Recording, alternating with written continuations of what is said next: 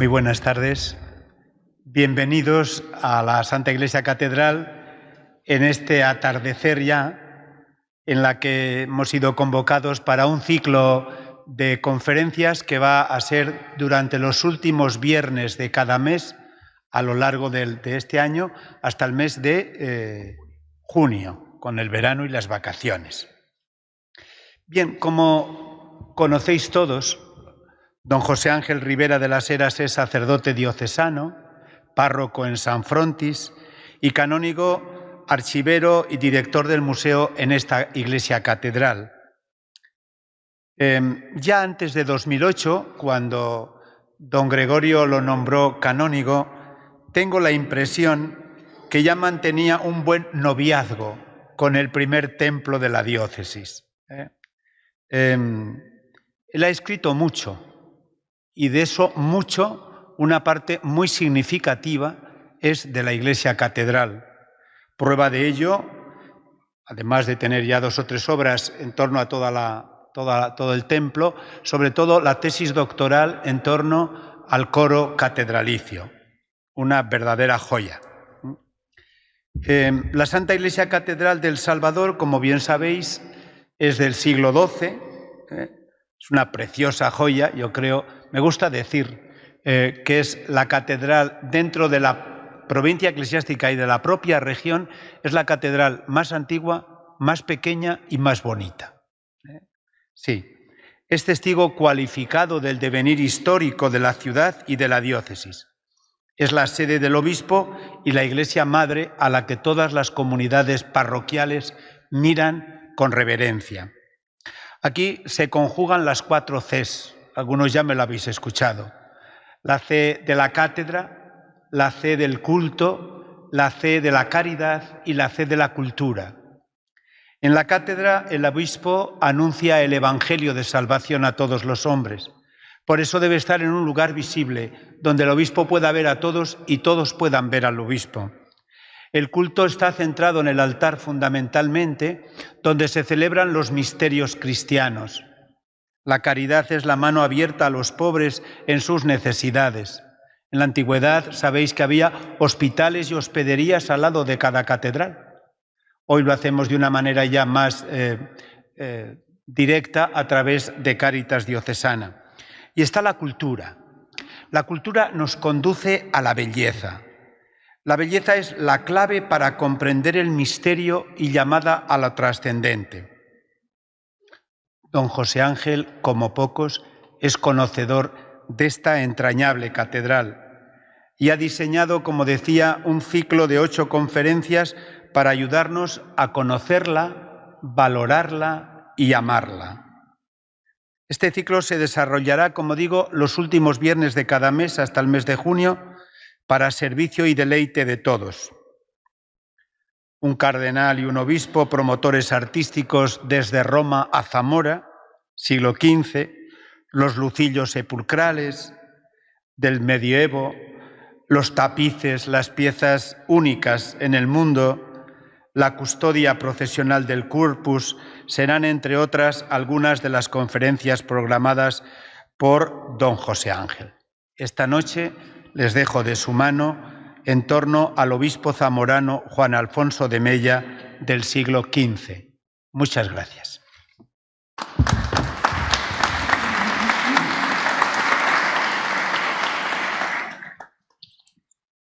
Muchas gracias, don Juan Luis, por estas palabras de introducción a la primera de las conferencias de este ciclo propuesto al Cabildo Catedral de Zamora y aceptado de buen grado por parte de los capitulares.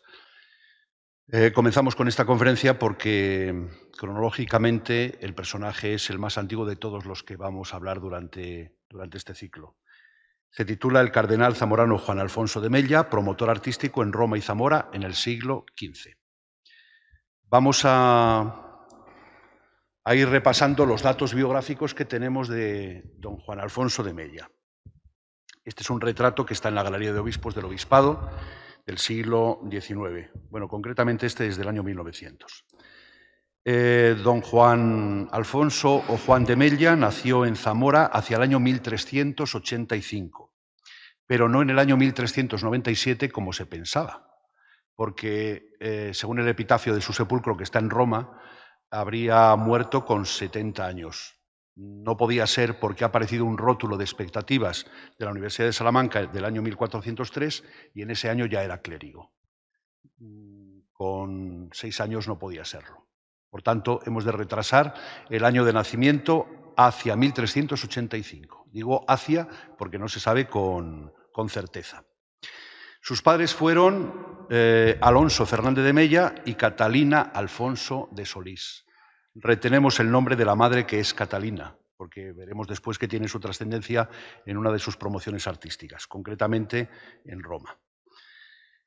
Fue hermano de Fernando. Fernando fue fraile dominico y ejerció como obispo auxiliar de Juan de Mella con el título de obispo de Lida, en Palestina, aquí en Zamora. Porque Juan de Mella fue obispo de Zamora, pero irresidente. Siempre residió en Roma. Por tanto, hacía las veces del obispo y del cardenal su hermano Fernando. Tiene el nombramiento de obispo auxiliar. Otro hermano suyo, también bastante curioso y muy conocido en el ámbito de la investigación histórica, es Alonso, que fue franciscano observante, pero algo heterodoxo. Siempre hay una oveja negra en la familia. Este hombre encabezó un grupo herético en Durango, en el norte, y como tuvo que salir de allí, pues él huyó, marchó a Granada, y allí en Granada, donde estaba huido, fue asesinado por los musulmanes. Por tanto, encabezó un grupo herético. Y finalmente Margarita, su hermana Margarita, que casó con Sancho Romero, que era secretario del rey Juan II y regidor de Zamora. También aparecen en la documentación algunos familiares más. Él practicó el nepotismo, es decir, favorecer a los familiares. Aparecen sobrinos: Juan Pérez de Treviño, que fue rector del Colegio Español de San Clemente en Bolonia; Alfonso Vázquez, que fue racionero del Cabildo zamorano; y Juan, que fue estudiante en Perusa. Bien, pues del ámbito familiar, de los datos familiares, pasamos ya a la formación académica, a la carrera académica de Juan de Mella. Él fue alumno del Colegio de San Bartolomé, en Salamanca, un colegio de estudiantes muy prestigioso. ¿Y qué estudió allí? Estudió Derecho, cánones, se llamaba en aquel momento. En 1412 ya era, por tanto, podía ser ese año o anterior, cuando adquirió el título de bachiller en decretos. Después fue beneficiado de la iglesia de San Pedro en Úbeda. En aquel entonces los clérigos tenían beneficios, tenían prebendas, y podían ser en la ciudad donde se encontraban o podían ser en otro sitio. No residían, adquirían los beneficios de la prebenda, los beneficios económicos, pero tenían una persona que les sustituyese en sus obligaciones. Por tanto, en Úbeda en 1412, después fue canónigo en León en 1413, y también chantre, es decir, un canónico dedicado al canto capitular, en la Catedral de Coria, en el año 1415. En 1418 ya era licenciado en decretos y se le otorgó la chantría de Zamora. Es decir, que fue cantor, fue chantre aquí en el Cabildo de Zamora, desde el año 1418. En 1419 obtuvo el grado de doctor en decretos. Ya deja de ser bachiller para ser doctor. Se cree, aunque no está confirmado, que fue profesor de la Universidad de Salamanca. Y finalmente, en 1420, obtuvo el deanato de la Catedral o del Cabildo de Coria, cuando ya era familiar, por entonces, del Papa Martín V. Esa es su formación académica. Ahora su estancia en Roma. Formado ya como canonista en la Universidad de Salamanca, partió poco antes de 1419 hacia Roma y desde su llegada se vinculó a la curia del Papa. Defendió ante la corte pontificia a don Diego de Anaya Maldonado, que era arzobispo de Sevilla, y contribuyó a que el Papa Martín V lo rehabilitase en su sede. Es que el Papa Martín V dudaba de que el arzobispo de Sevilla fuese adepto a su persona. entonces hizo un juicio, un proceso, mediante el cual Juan de Mella, junto con otros, defendieron a don Diego de Anaya. Convencido Martín V de que era adepto Anaya a su persona, pues entonces le restableció en la sede de Sevilla. Y fue gracias, entre otras personas, a don Juan de Mella. Él estaba en Roma, pero tuvo que venir a España de nuevo, al Reino de Castilla, y estuvo en Salamanca, donde asistió al juramento de fidelidad del arzobispo que le había exigido el Papa. Eso fue realizado en Salamanca en el año 1423. Ahora, eso marcó impronta en Roma. El trabajo realizado y lo bien que lo había hecho le curtió en aquellos quehaceres y además ayudó a que fuese estimado por los romanos y especialmente por el Papa. Por tanto, su laboriosidad, su operatividad y el recto proceder, esto lo dicen todos los contemporáneos, le proporcionaron cierto prestigio en el avance de su carrera eclesiástica. En 1423 volvió de nuevo a Roma y juró su cargo como auditor de causas del Palacio Apostólico. Es el título que recibió. En 1429 se le concedió la maestrescolía de Cartagena, es decir, fue maestro en el Cabildo de Cartagena. Y también se le concedió el arcedianato de Madrid, que entonces era una dignidad en el Cabildo Primado de la Catedral de Toledo.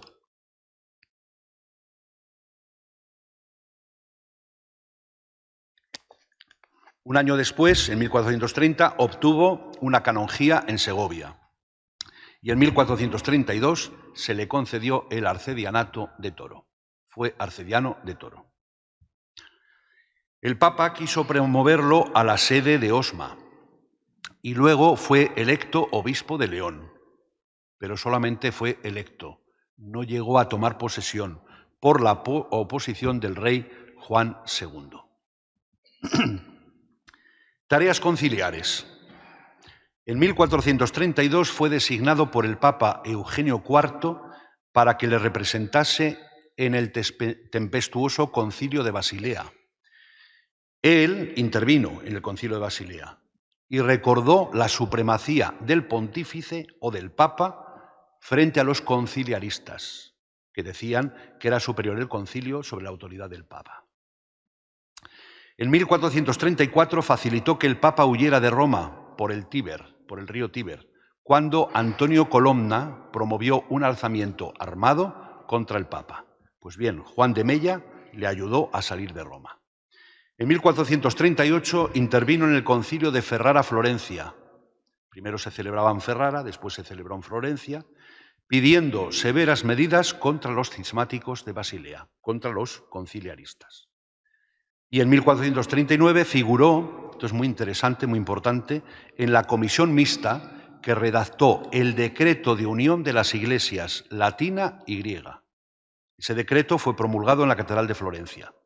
Y también estampó su firma en el decreto de unión con los coptos en el año 1442. Por tanto, intervino en un proceso ecuménico del siglo XV. Y finalmente, obispo de Zamora.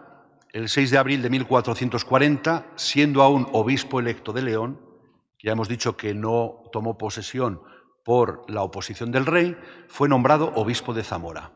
Pero él continuó residiendo en Roma y, como ya he advertido, atendió la sede su hermano Fernando, el obispo auxiliar. A petición suya, el Papa instituyó en 1440 la denominada Mesa de los Mozos de Coro, que estaba formada por 16 jóvenes, clérigos y acólitos, para que asistiesen a los oficios catedralicios y darles a esos oficios mayor solemnidad. En 1454 y 1455, según consta en los documentos que tenemos en el archivo catedralicio, participó activamente en la defensa de los intereses del cabildo en diversos pleitos. En 1457, siendo cardenal, el Papa le concedió que todos los beneficios del obispado de Zamora que vacasen, entregarían la mitad de sus frutos para la conservación y reparación de la fábrica catedralicia. Interesante, porque en ese momento posiblemente se estaba haciendo la capilla que él fundó a los pies de la catedral. Y también para la asistencia a los ministros que sirviesen en el culto. En 1465 el Papa Pablo II quiso trasladarlo a la diócesis de Jaén, pero la promoción no tuvo efecto. Y fue preconizado para la diócesis de Sigüenza, en la actual Guadalajara, pero Mella tuvo que renunciar a la silla, porque ese nombramiento, esa preconización, provocó un gran altercado. Era la época en que los cabildos intervenían en el nombramiento de obispos. Entonces, antes de que llegase el nombramiento de obispo de Sigüenza, los capitulares de Sigüenza habían nombrado obispo al deán. Y como ya era obispo, no quiso dimitir. Entonces el Papa tuvo que intervenir y largar a todos los canónigos fuera de Sigüenza. Aún así, Juan de Mella, que era bastante conciliador en ese aspecto, no quiso seguir en el asunto, en el litigio, y renunció a la silla. Y finalmente, la silla de Sigüenza se le concedió al que fuera luego gran cardenal, es decir, don Pedro González de Mendoza, de la gran familia de los Mendoza. Y en el día 11 de junio, así está fechado, de 1466, él fundó y dotó una capellanía en esta catedral con el título de San Ildefonso, que fue confirmada por el Papa el día 13 de julio, es decir, un mes después del mismo año, en junio y julio de 1466. Y a la capellanía corresponde una capilla, que es de la que vamos a hablar posteriormente. También llegó a ser cardenal.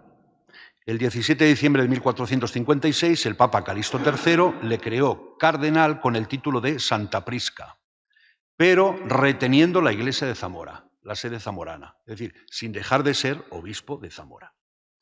Y a partir de 1465 recibió el título de San Lorenzo in Damaso.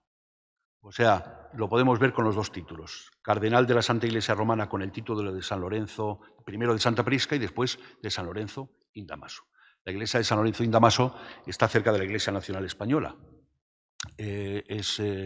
Vamos, en el mismo recinto de la Cancillería romana, que ha estado durante muchos años en obras y ahora ya se puede ver el exterior y el patio. En 1458 participó en un cónclave, por primera vez, porque participó en dos. En el cónclave que eligió al Papa Pío II. En el año 1459 fue elegido camarlengo del Colegio Cardenalicio y en 1464 trabajó, sabiendo que él no iba a ser papa, no iba a ser nombrado papa, trabajó en favor del patriarca de Venecia, que salió elegido papa en el cónclave de 1464 con el nombre de Pablo II.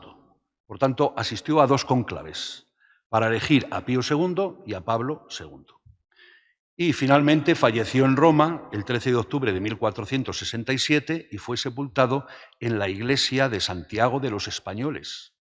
Había dos iglesias, una la de Santiago de los Españoles, del Reino de Castilla, y otra la de Montserrat, de Aragón y Cataluña.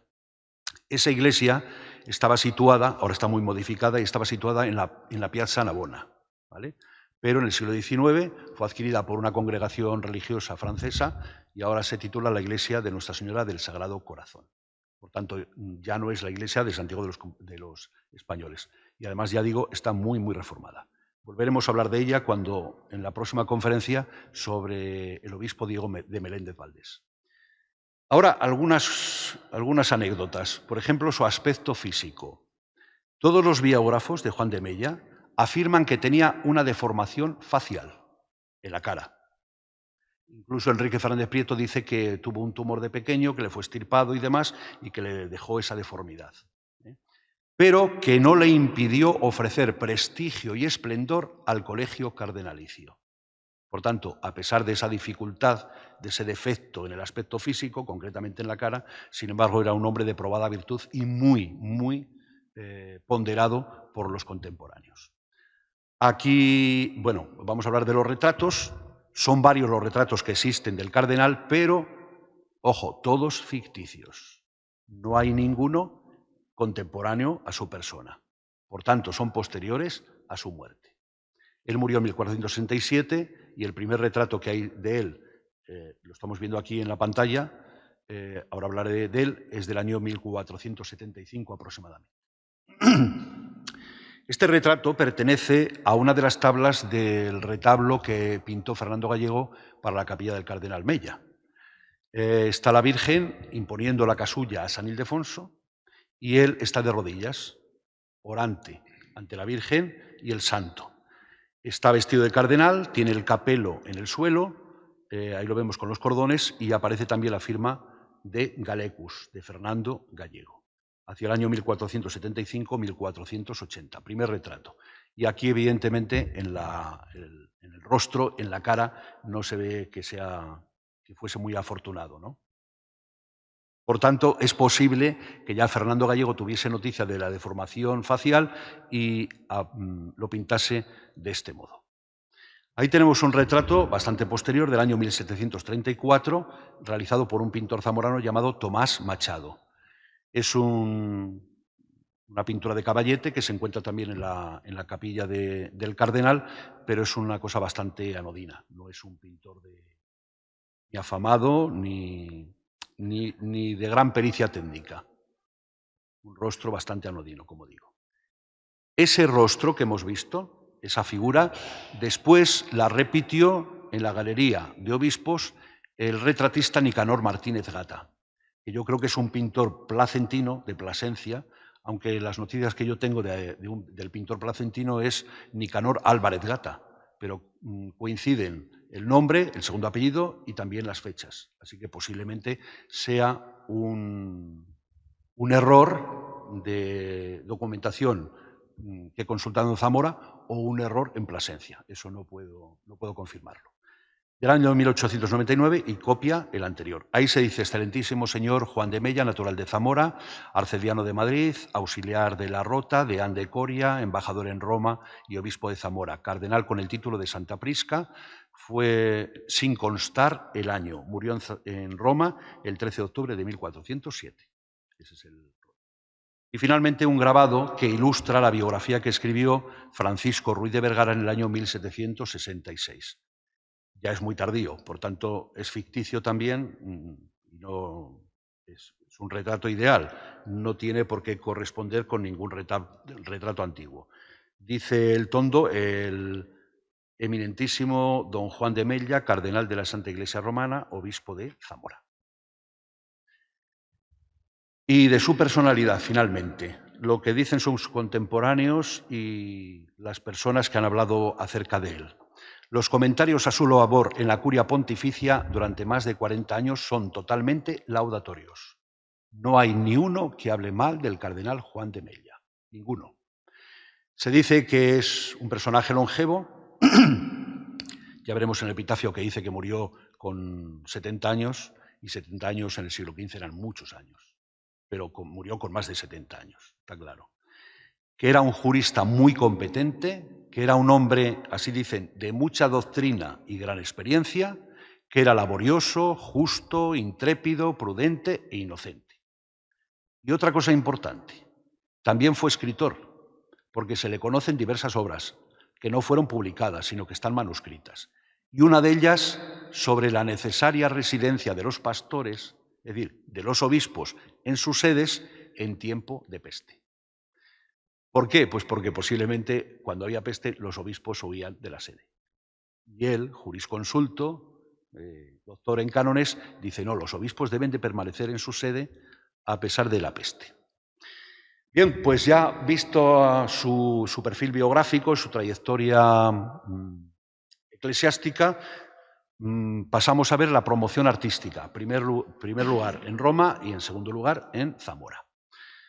Ahí tenemos un grabado en el que aparece la plaza, parte de la Plaza Navona, parcialmente, y pone San Giacomo de España, es decir, Santiago de los españoles, que tenía iglesia y hospital. Él conoció y trató a Alfonso de Paradinas, cuyo retrato aparece en el lado derecho. Ese retrato de Paradinas está en la Iglesia Nacional Española de Santiago y Montserrat. Y su sepulcro, el sepulcro de Paradinas, está también en la capilla de Santiago, de la Iglesia de Santiago y Montserrat. Él procedía de Ciudad Rodrigo y murió en el año 1485. Bueno, pues Juan de Mella trató con Alfonso de Paradinas cuando defendieron conjuntamente con otros al arzobispo de Sevilla, como dije antes.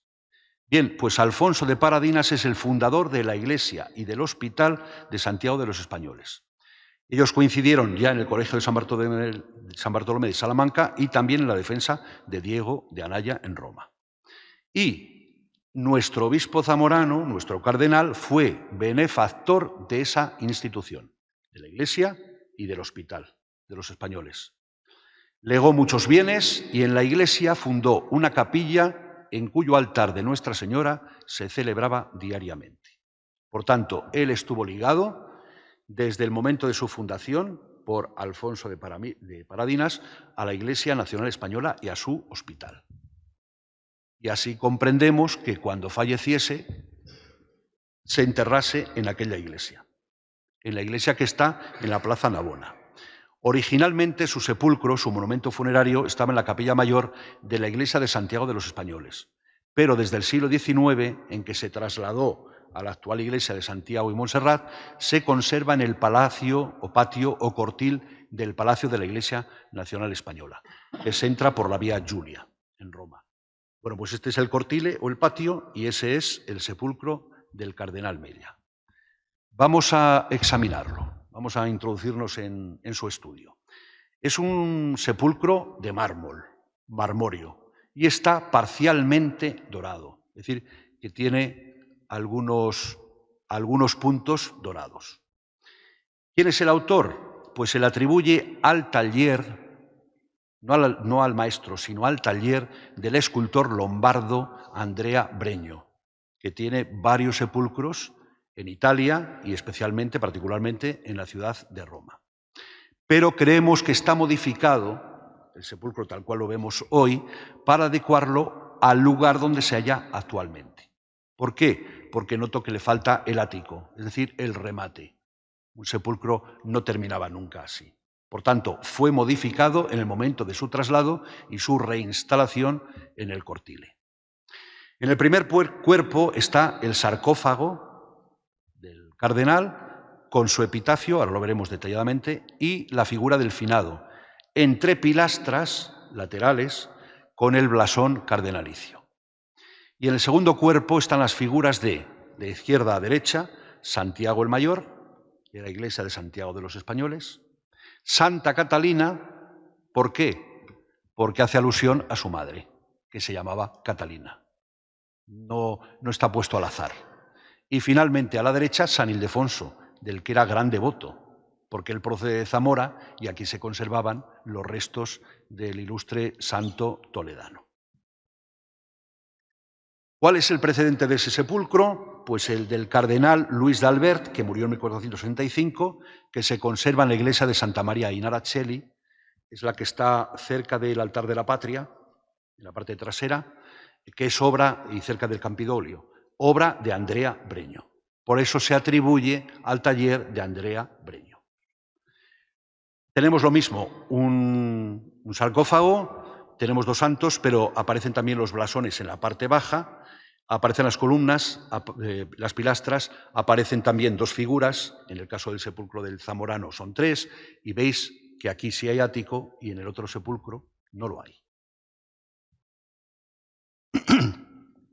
Ahí tenemos el epitafio del sarcófago, donde se dice que Juan de Mella procedía de España, que fue jurisconsulto, que era cardenal de San Lorenzo in Damaso y era también zamorano, obispo de Zamora, y que falleció en 1467 con 70 años, en el año cuarto del pontificado de Pablo II. Pero ya os he dicho que esa cifra es que en aquella época tampoco se precisaba mucho el año de nacimiento. Lo sabemos quienes tratamos con documentos en nuestra investigación. Dice, por ejemplo, en un pleito, pues fulano de tal, de unos 40 años de edad, de unos 40. Pero es que no saben con precisión en qué año nacieron. O sea, hay una imprecisión tan grande que también la tendría el propio cardenal o las personas que conocían al cardenal. Ahí tenemos un detalle del bulto funerario. Concretamente, la cabeza está mitrado sobre 2 almohadas y tiene una rotura en la nariz. Pero vamos, eso supongo que habrá sido algo fortuito que no corresponde al defecto facial que tenía. Ahí lo vemos desde arriba, en una foto a picado, revestido con los ornamentos, etc. Y aquí tenemos un detalle del sarcófago y un detalle de una de las pilastras, donde se reconoce muy bien la obra de Ander Breño porque trabaja muy finamente con roleos los motivos vegetales, y ahí se ven perfectamente. También las garras de león del sarcófago. Y finalmente, como vimos en el Santa María del Araceli, aparece el blasón de cardenal con el escudo de los Mella, que después veremos. Ahí tenemos los santos que aparecen en el segundo cuerpo: Santiago el Mayor, Santa Catalina y San Ildefonso. Y ahora pasamos a la promoción artística en Zamora. Hemos visto la promoción artística en Roma, en la iglesia de Santiago de los Españoles, su sepulcro. Ahora, ¿qué mandó hacer en Zamora? Como he dicho, fundó una capellanía con el título de San Ildefonso el 11 de junio de 1466. Esa capellanía sería servida por 5 capellanes presbíteros y 2 acólitos. Y la capilla se construyó a mediados del siglo XV. No lo sabemos con precisión, pero yo pongo 2 fechas tope, anterior y posterior. Entre 1440, que es la fecha de su nombramiento como obispo de Zamora, antes no podría ser, y entre 1466, año en que se dice que ya estaba edificada. Por tanto, capilla, mediados del siglo XV. Ocupa el solar del atrio que antecedía la fachada occidental, perdiéndose la visión del hastial tardorrománico. Ya saben que una catedral es como un organismo vivo. La iglesia románica, a la que hacía alusión don Juan Luis, pronto fue rebasada perimetralmente con la adquisición de solares y construcción de capillas. Por ejemplo, la capilla de San Juan Evangelista, la capilla bautismal, la capilla de los Valencia y, en este caso, la capilla de don Juan de Mella. La más grande. Se hace en la zona oeste. Y para construir esa capilla, ¿qué se hace? Destruir la portada oeste, es decir, el hastial de la catedral. Solo quedan algunos restos y ahora lo veremos. En el interior, pues es una capilla bastante grande, porque tenía mucho espacio, sin dificultad para construirse. Y entonces hay como 2 cuerpos. Ahora lo veremos por las bóvedas. Y este es el interior de esa capilla de don Juan de Mella. ¿Restos que han quedado? Pues ahí vemos unos canecillos con unos lóbulos triples o trilobulados. Eso es de la fachada románica. Y esos restos se ven desde el interior. Por tanto, lo que fue exterior de la catedral pasó a ser interior de la capilla de Juan de Mella. Incluso dice Antonio Piñuela en el siglo XIX que, para recuerdo de que ahí estaba la fachada principal de la catedral, el día de Sábado Santo, en la vigilia pascual, se encendía el fuego en esa capilla. Como en las iglesias se enciende el fuego el día de Sábado Santo en el rito del lucernario de la luz fuera de la iglesia. Ahí tenemos el interior y tenemos 2 tramos de bóveda, que además son distintos. Presenta planta rectangular con 2 tramos de bóveda de crucería con terceletes de distinta traza.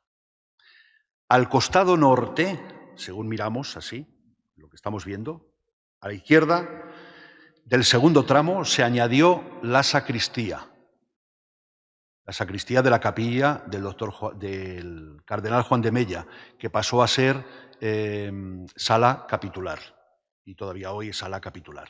Fue proyectada en 1630 por el maestro trasmerano, es decir, cántabro, Juan del Senderón, y fue ejecutada por un alarife zamorano llamado Bartolomé de Oviedo. De su fachada, del exterior, de la capilla, resultan de interés los siguientes motivos. En primer lugar, un ciclo de pinturas murales con episodios de la vida de San Ildefonso, que fueron realizadas, esas pinturas, en torno al año 1600. ¿Qué representan? Pues representan, en la parte inferior izquierda, la consagración como obispo de San Ildefonso. En la parte derecha aparece el milagro de Santa Leocadia, y en la parte superior, ahí vemos la parte derecha de la parte superior, aparece la Virgen María imponiendo la casulla a San Ildefonso en presencia de santas. Por ejemplo, ahí vemos a una que tiene una rueda, por tanto es Santa Catalina. Santas vírgenes y mártires. ¿Por qué la imposición de la casulla de San Ildefonso? Porque San Ildefonso escribió un tratado titulado sobre la virginidad perpetua de la Virgen María. Y la Virgen, como premio por haber hablado de su virginidad o su maternidad virginal, le obsequió, dicen los documentos antiguos, con una vestimenta glorie, con una vestidura de gloria, que luego hemos traducido por casulla. Es un tema bastante recurrente aquí en Zamora y también, evidentemente, en Toledo. Después, la portada. La portada tiene una decoración lombarda. Esto es el primer tramo, primer periodo del Renacimiento. Por eso decimos que es del primer Renacimiento, es decir, de principios del siglo XVI. Ahí tenemos el ático. Aparece una venera y sobre la venera el escudo del cardenal Mella y el título. Esta capilla la fundó y dotó el cardenal Mella. Y finalmente la reja, que está atribuida a Francisco de Villalpando del segundo tercio del siglo XVI. Una reja preciosa, de las más bonitas que tenemos en la catedral. Y en su interior hay otro ciclo de pinturas murales del mismo autor o del mismo taller que las del exterior, con episodios de la historia de la salvación en clave tipológica. Y me explico. Hay diversos modos de acercarnos a la Biblia, a la Sagrada Escritura, para saber interpretarla. Y una de las lecturas y de claves hermenéuticas es la tipología. Es decir, que hay tipo en el Nuevo Testamento que es cumplimiento del antitipo que existe en el Antiguo Testamento. De modo que lo que aparece en el Antiguo Testamento es prefiguración o anticipo de lo que va a ser después cumplido en el Nuevo. Por tanto, ¿qué tenemos allí? Según entramos a la derecha, aparece el diluvio universal, que es figura de lo que aparece pintado a la izquierda, que es el bautismo de Cristo. ¿Entendido? Y después, a la derecha aparece la recolección del maná en el desierto, y a la izquierda aparece la última cena. Por tanto, bautismo y Eucaristía están prefigurados en el Antiguo Testamento y después aparecen cumplidos en el Nuevo. Ambas cosas. Y en el frente tenemos la pintura del Calvario, Cristo camino del Calvario y la crucifixión, con lo cual posiblemente en la zona que era portada o fachada de la catedral tendríamos a Cristo juez, la parusía. Eso, las pinturas murales, que saben que estuvieron cubiertas durante muchos años hasta que se descubrieron y se restauraron. Ahí tenemos un detalle del diluvio. Y luego, una de las joyas de nuestra catedral, el retablo que pintó Fernando Gallego en la década de 1470, y más concretamente entre 1475 y 1480. Que fue encargado no por el cardenal Mella, sino por el sobrino, posiblemente del cardenal Mella, el primer patrono de esa capilla, don Sancho Romero de Mella, por tanto, sobrino del fundador. Tenemos aquí el retablo, podemos verlo perfectamente, les voy a contar qué es lo que aparece en ese retablo. Primero el banco o la predela. De izquierda a derecha están las figuras de San Juan Evangelista, con el águila, San Nicolás, no San Atilano, como han dicho algunos, porque todavía se ve que ya desde el principio tuvo dificultades de interpretar el personaje, y entonces hubo una pintura que ponía San Nicolás, que hoy prácticamente está borrada, pero sabemos que es San Nicolás de Bari. En la otra, que apenas se ve porque tuvo una gotera hace muchísimos años, está San Pedro con las llaves. Si la siguiente es la Santa Faz, el paño de la Verónica. La siguiente es San Jerónimo. Algunos dicen que puede ser el retrato del cardenal Mella. No es retrato del cardenal Mella, porque no tiene ningún defecto facial, como sí lo tiene cuando aparece en la tabla de la calle central. Y finalmente, Santiago el Mayor. Y después, el primer piso, el primer cuerpo está dedicado a San Ildefonso, que es el titular de la capilla. A la izquierda, el milagro de Santa Leocadia. Cuando Ildefonso fue a visitar el templo en Toledo, donde estaba enterrada Santa Leocadia, pues iba con Recesvinto, la santa se levantó de su sepulcro para ofrecerle un trozo de su mortaja a San Ildefonso. Ella era mártir toledana. Entonces, no tenía San Ildefonso con qué cortar y el rey le ofrece un estilete para que pueda cortar el trozo de la mortaja. Ese es el milagro de Santa Leocadia. En el centro, como ya he dicho, la imposición de la casulla a San Ildefonso. Según narra la tradición, el santo que escribió también algunos textos eucarísticos, el día 18 de diciembre, fiesta de la Virgen, se acercó a la sede toledana para rezar o cantar los maitines y se encontró con que en la sede estaba sentada la Virgen María, estaba rodeada de mártires, vírgenes, mujeres, y entonces en ese momento le impuso la casulla. Ahí está la firma de Fernando Gallego. Y finalmente, a la derecha, un tema muy zamorano, y es el obispo don Suero, que ha descubierto durante unas obras que se estaban haciendo en la iglesia de San Pedro, ha descubierto los restos de San Ildefonso.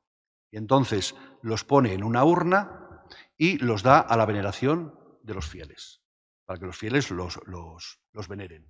Hay alguien que está señalando el lugar, el pozo donde se encontraron, y hay también por detrás un franciscano que seguramente es aquel que redactó los milagros que acontecieron durante la veneración de las reliquias. Es Fray Juan Gil de Zamora. En la parte superior, él se llamaba Juan, por tanto lo dedica a los santos Juanes. A San Ildefonso dedica la capilla y a San Juan y a San Ildefonso dedica el retablo mayor de la capilla. A la izquierda el bautismo de Cristo, en el centro el Calvario y a la derecha el martirio del Bautista. Es interesante porque la tabla central, el personaje de San Juan está tomado de un grabado de Martin Schongauer, un grabador suizo. Y como sabemos la fecha, ya algún investigador en los años 60 retrasó la pintura de este retablo precisamente por haber fechado el grabado en el que está inspirado. Y por último, en el guardapolvo, a la izquierda, aparecen abajo la iglesia y arriba Eva, y a la derecha, abajo la sinagoga y arriba Adán. Están formando pendan. Adán con la zuela, Eva con el huso. Y la iglesia con el gallardete, el cáliz y la forma, y la sinagoga totalmente torcida, porque la iglesia ha superado ya a la sinagoga. Y en la parte del guardapolvo, en la parte superior, aparecen roleos vegetales y también el escudo del fundador, de Juan de Mella. Evidentemente, esta era una capilla también funeraria para la familia de los Mella. Entonces hay varios sepulcros. No todos pueden tener la misma consideración artística, pero aquí vemos dos. He puesto dos diapositivas.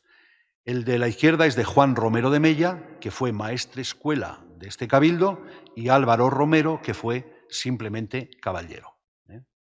Es muy interesante el de la izquierda porque tiene una pintura de la Piedad, también de los mismos pintores que pintaron el interior y el exterior de la capilla, una lauda sepulcral en relieve y luego un zócalo que tiene muchísimo que ver con el sepulcro del doctor don Juan de Grado, del cual hablaremos en otra conferencia. Más tardíamente tenemos ahí dos grupos escultóricos en esta capilla, excepcionales, de finales del siglo XVI, de la última década del siglo XVI, de la década de 1590. Son dos cabañas, dos nichos. Uno tiene el grupo del nacimiento de Jesús y de la adoración de los pastores y otro tiene el Calvario.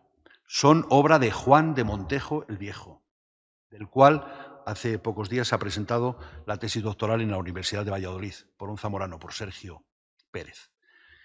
Ahora, interesante porque en la parte trasera del nacimiento están los pastores, que están en un murete viendo, contemplando a la Sagrada Familia y al Niño Jesús. Eso es obra de Gil de Ronza, que trabajó aquí en la Catedral de Zamora, en el coro, aquí en el coronamiento de la reja, de la capilla mayor, etc. Y en el Calvario, ese Cristo que ven ahí es de Gaspar de Acosta, pero no era el que tenía antiguamente, ahora se ha cambiado de nuevo, para que esté el que había hecho Gil de Ronza. Por tanto, Juan de Montejo sobrepuso su obra a lo que ya había realizado Gil de Ronza en el primer tercio del siglo XVI. Y finalmente, este cáliz y esta patena. Claro, una capilla tiene que estar provista de los objetos sagrados, de los ornamentos, etc. Y sabemos que este cáliz es de la capilla del Cardenal Mella porque, si se fijan en el pie del cáliz, en la parte baja, está el escudo del cardenal, ¿vale? Es de principios del siglo XVI y ha sido atribuido, por tanto no está documentado, a Antonio de Burgos. También algunas cosas más, como por ejemplo parte de una cajonería que se conserva en la sacristía, pero me parecían que ya eran obras de menor importancia y ya no he hecho alusión a ellas. Que sepan, todas las conferencias están basadas en publicaciones. Hay libros y hay también revistas científicas, pero que son más bien de difícil acceso. Esta conferencia está tomada de una publicación que hice en el año 2018 en la revista de la Iglesia Nacional Española, del Instituto Español de Historia Eclesiástica, que se llama Antológica Annua, en el año 65. Y también en un libro que publicó con motivo del quinto centenario de la Iglesia Nacional Española, la Iglesia Nacional Española de Santiago y Montserrat de Roma, en el año también 2018. ¿De acuerdo? Por si quieren ampliar pues, algún dato más sobre los que hemos expuesto. Con esto terminamos. Ahí aparece en el frontis de la capilla del Cardenal Mella el escudo del cardenal. Es fácilmente distinguible. Es un águila que está esplayada, tiene 3 fajas, la zona central, y luego tiene 3, 6, 2, 8 leones rampantes en la bordura. Y luego está timbrado con el capelo y con las borlas, las propias de un cardenal, que son 4 borlas. Con esto hemos terminado.